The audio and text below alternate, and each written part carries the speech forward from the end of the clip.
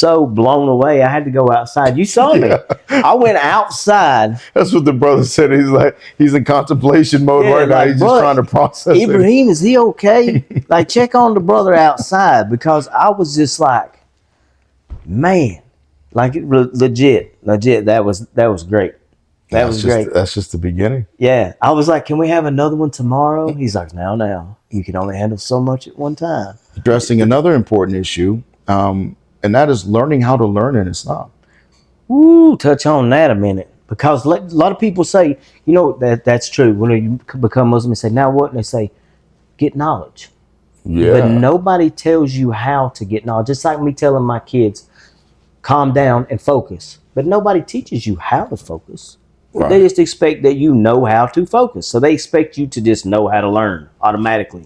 So you just start grabbing whatever crap that you can find and assuming, because you're new, that it's legit. Right. And then you end up with the poison pie. You end up with the poison pie. Boy, yeah, or that 55-gallon drum of water with that one drop of urine in it. Yeah. I just like, imagine you, like somebody walks up to you and it's like, you know, I think I want to drive. And they're great. Like, here's your license. Takbir, Allahu Akbar, Takbir, Allah. All right. Yeah. And they're like, I need you to drive to California. Off you go. All right. That's exactly. You ain't never been in the car. Yeah. You have no like you don't know how to start the car. Yeah, bro. Like, you don't know what all the little what does this do? And like what with these buttons? It looks like there's some pedals on the floor. I think those may be important, right? And they're just like, here, drive across the country. Yeah, like just drive across the country. Yeah. You don't even know how to put gas in the car. How to you don't know anything about it. Yeah. What are these knobs and meters for? Yeah. So you got to have an understanding of. What is, when we say, like you said, like what is seeking knowledge? Mm-hmm. What is the process? What are the pros? What are the cons? What are the challenges? Mm-hmm. What are the expectations that you should have on yourself? Mm-hmm. Who's a good teacher? Right. That's a big one. And then then for our brothers and sisters that, you know, they do have some experience in Western academia. So they start thinking that, learning Islam is just like when I got my degree. No, it ain't. Yeah. Actually, in terms of epistemologies or the science, the methodology, the approach, right, to knowledge, they're almost antithetical. Really? Yeah. They're polar opposites. That much of a difference. There's that much of a difference. Pay attention, y'all. So don't think just because I'm a sophomore in college, you know. Yeah, like whatever. I can learn, Dean. Like, You know, I recently took one of your classes today, as a matter of fact. And this is I'm 13 years in. It'll be 14 years, inshallah, if Allah has mercy and lets me live till December this year. It'll be 14 years. And I took your first class on Aikido today. And bro, let me tell y'all something. This is the guy you want to learn from. By the end of it, I was so blown away. I had to go outside. You saw me. I went outside. That's what the brother said. He's like, he's in contemplation mode right now. He's just trying to process Ibrahim, is he okay? Like, check on the brother outside, because I was just like, man, like legit. That was great. That was great. That's just the beginning. Yeah. I was like, can we have another one tomorrow? He's like, now. You can only handle so much at one time. Because the digestion, right? Yeah. Well, that's part of the difference. Yeah. Like for us, it's not the collection of information. Mm-hmm. It's you need the information, then you need to understand application, then you need the experience of application, so it becomes experiential knowledge. The goal in Islam is the experiential knowledge. Experience your Islam. Okay. So the acquisition of knowledge in terms of concepts and information. Yeah, anybody can have a good memory. In other words, we can exercise and memorize all we want to, but when it comes to applying it, that's or if you're not applying it, what's the point? Yeah, just to sound good. A lot of people want to gain the knowledge so they can sound good. And then, look how pious. But that's nifaq. Yeah, that's hypocrisy. Yeah, it is hypocrisy. May Allah protect us all from that. That's my biggest fear, is being a hypocrite, y'all. Just get my channel followers who are seeing this, they'll be like, Ibrahim talks about that all the time. I worry about that. قال النبي صلى الله عليه وسلم أن القرآن حجة لك أو عليك أو كما قال عليه الصلاة والسلام. The Quran itself is either evidence for you or against you. So now we got people that memorize Quran, or they like want to talk about, discuss Quran. They may even be reciting Quran in their salah and cursing themselves. Like the Quran that they're reciting, because of their actions, because of their state of being, because of their akhlaq, etc. They're actually like presenting evidence against themselves, but because of the ghafla, because they're oblivious, because they're distracted, they don't even realize that that's what they're doing. And that's the Quran. So now on Yawm al-Qiyamah, the Quran is coming to court. Yeah, it's your witness. The Quran is coming. Exactly. Yeah. So like, you know, I don't know about you. So basically, you need to be mindful of what it is that you're reciting and what it is that you're learning. You need to be situational awareness. This is what taqwa is about. You need to be aware that your deen and the learning of your deen is meant for inculcation and application, right? Not just acquisition of information. That's it, right? Or the storage of it. Yeah. Okay. This is about like you have to engage in a process of introspection, self-analysis, and gauge like, okay, where am I at in terms of my practice of deen? Because you're either going up or you're going down.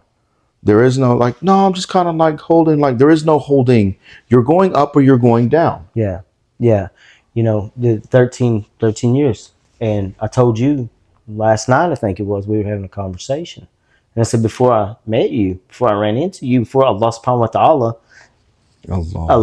aligned everything perfectly, I felt like I was cruising. You know, I thought I was what you just said. And in reality, I wasn't, because I'd started slipping, not unaware, completely oblivious to it in a lot of ways. And then Allah subhanahu wa ta'ala put you in me in your path, us in each other's path. And this reignited a desire for me to not just learn, but to start to apply. And I'm laying it out there. Reach your potential. Yeah. Right? Yeah. Because that's the thing is, okay, when we came into the deen, we're like, this is amazing. Yeah. This is beautiful. Yeah. This is exactly what I've been looking for. It's like falling in love. It's all you want to talk even about. Like maybe even more than that. Like it's maybe even that example makes it like kind of pales in comparison. And here's the catch.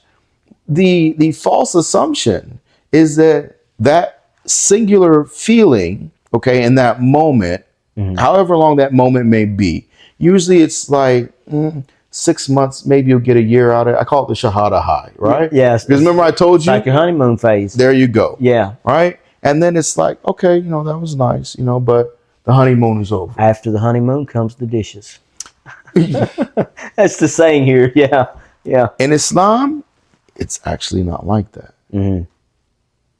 If you actually engage, okay, if you engage your Islam, what will happen is you will keep having those moments, but each one gets better than the previous one.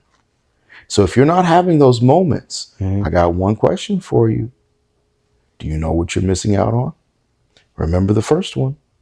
Yeah. That's the beginning.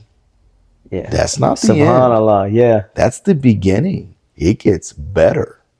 So if you feel like you're just coasting or cruising, or you're maybe even like, you know, sliding a little bit, like understand something. You're missing out.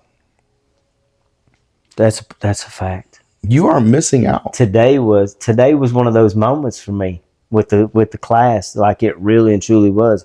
And the good thing is that the way you got it structured, of course I was in person, so it was easy for me, but you also had student online as well. So we all had the ability to ask you questions, us in person, students online, whatever. I have a question. You go ahead. Yeah. You know, and it's just this dynamic because thing, because then there's an organic element to it. Okay. Yeah. Because now, like, as you ask the question, what did you do? You let me know where your current train of thought is at, where you're at, how you're even processing it, to what degree. Yeah. Okay. So even when you ask me a question, you're giving me information. Yeah. That makes Okay. sense. Okay. And now I'm taking that information and actually adjusting the answer based on the information I received in the question.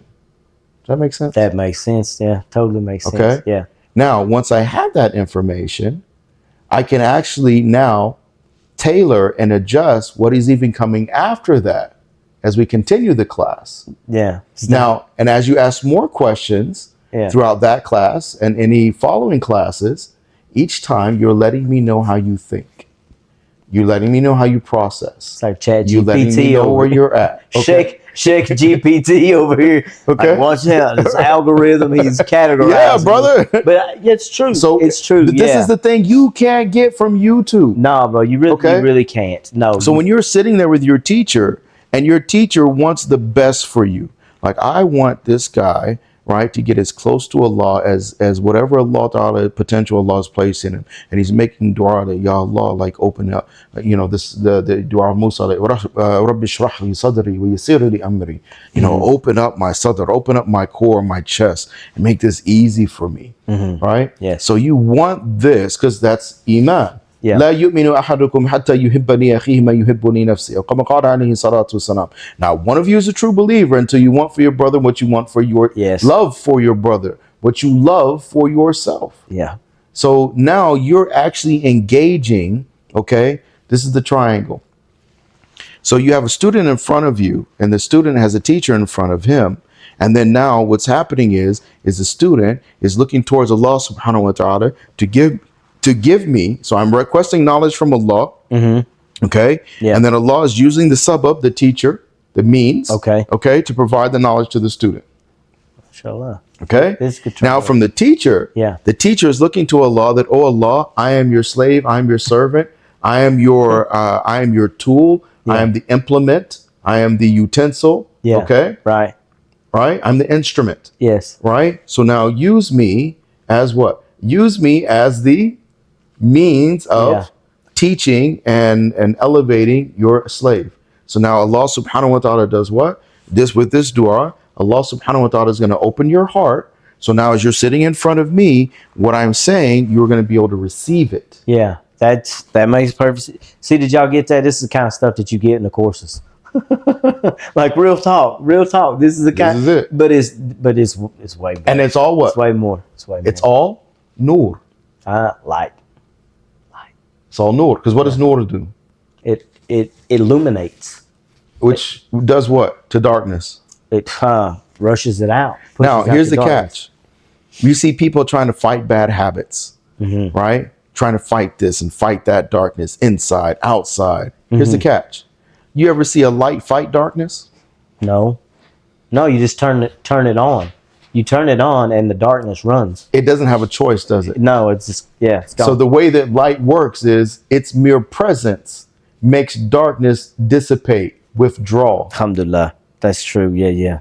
And Okay? that's the same concept So here. this is what knowledge does. Al-ilmu nurun. Knowledge is a light. So that light, when it now, and again, where does the light go? The light has to go here. Yeah. Information can go here. The light needs to go here. Now there's a digestion process with this, right? This is they're multi-layered digestive process. and this is with the learning how to learn Islam. Yes, because you're getting a little bit of extra right here. Okay. So I had to keep those short. Okay. Okay, so there is the mental aspect. Okay, there is the psychological aspect, and then when I say mental, I mean intellectual. Okay. Okay. Then there's psychological aspect. Yeah. And with that is going to come some emotional, inclusion. Okay. Okay. And then you have the spiritual aspect. Okay. All right. Now, with emotional inclusion, are you talking about maybe, we touch on a subject and you get a little kickback, No, I mean like emotional inclusion, meaning like in that process of now inculcation, right? As you're trying to like understand it, how am I going to put this into practice? Understanding the need, the value of it itself, like all of that. Okay. Right? Yeah. All of it. Because again, like it is for every part of your existence. You hear that, guys? It's going to make you a better person. Well, not just a better Muslim. Well, it's more than that.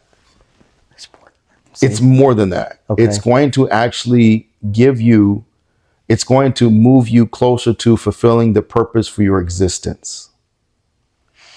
And now that purpose, there is a purpose here in this dunya, and then there is a purpose in the akhirah, in the hereafter. Yes. Okay. So what we're talking about with the acquisition of knowledge, right, is we are talking about something that is actually changing, benefiting for all of eternity.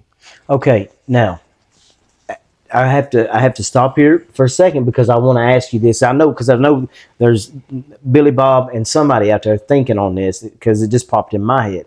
Well, how's that going to make my day-to-day life better? Because Akira, the afterlife, Jannah is what we're striving for, obviously. But I'm going through this. Man, my marriage is going rough. My kids are disrespectful. My job sucks. Okay. You see what So I'm as saying? you are internalizing your Islam, all right? Yes. So as you are internalizing your Islam, what it does is, like now with this understanding, you now have a framework of truth and reality to process all of these external experiences, because everything that you described is an external experience. So now I've got a way to measure against. I've got a guideline to go by.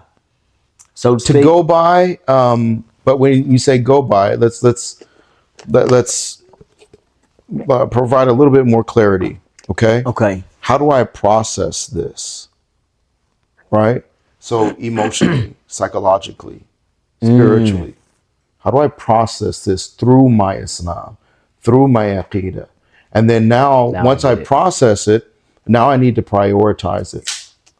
Now that I prioritized it, what is my response? What should be my response and my reaction? Okay. Based on that same Aqidah, based on the deen, based on the knowledge. You see how you like getting all emotional and like, no, you ain't got time for that. Yeah, that's it. You ain't got time for that. Yeah.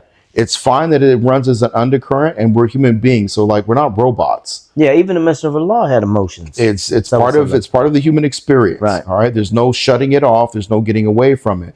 But there is a controlling and a guiding of it.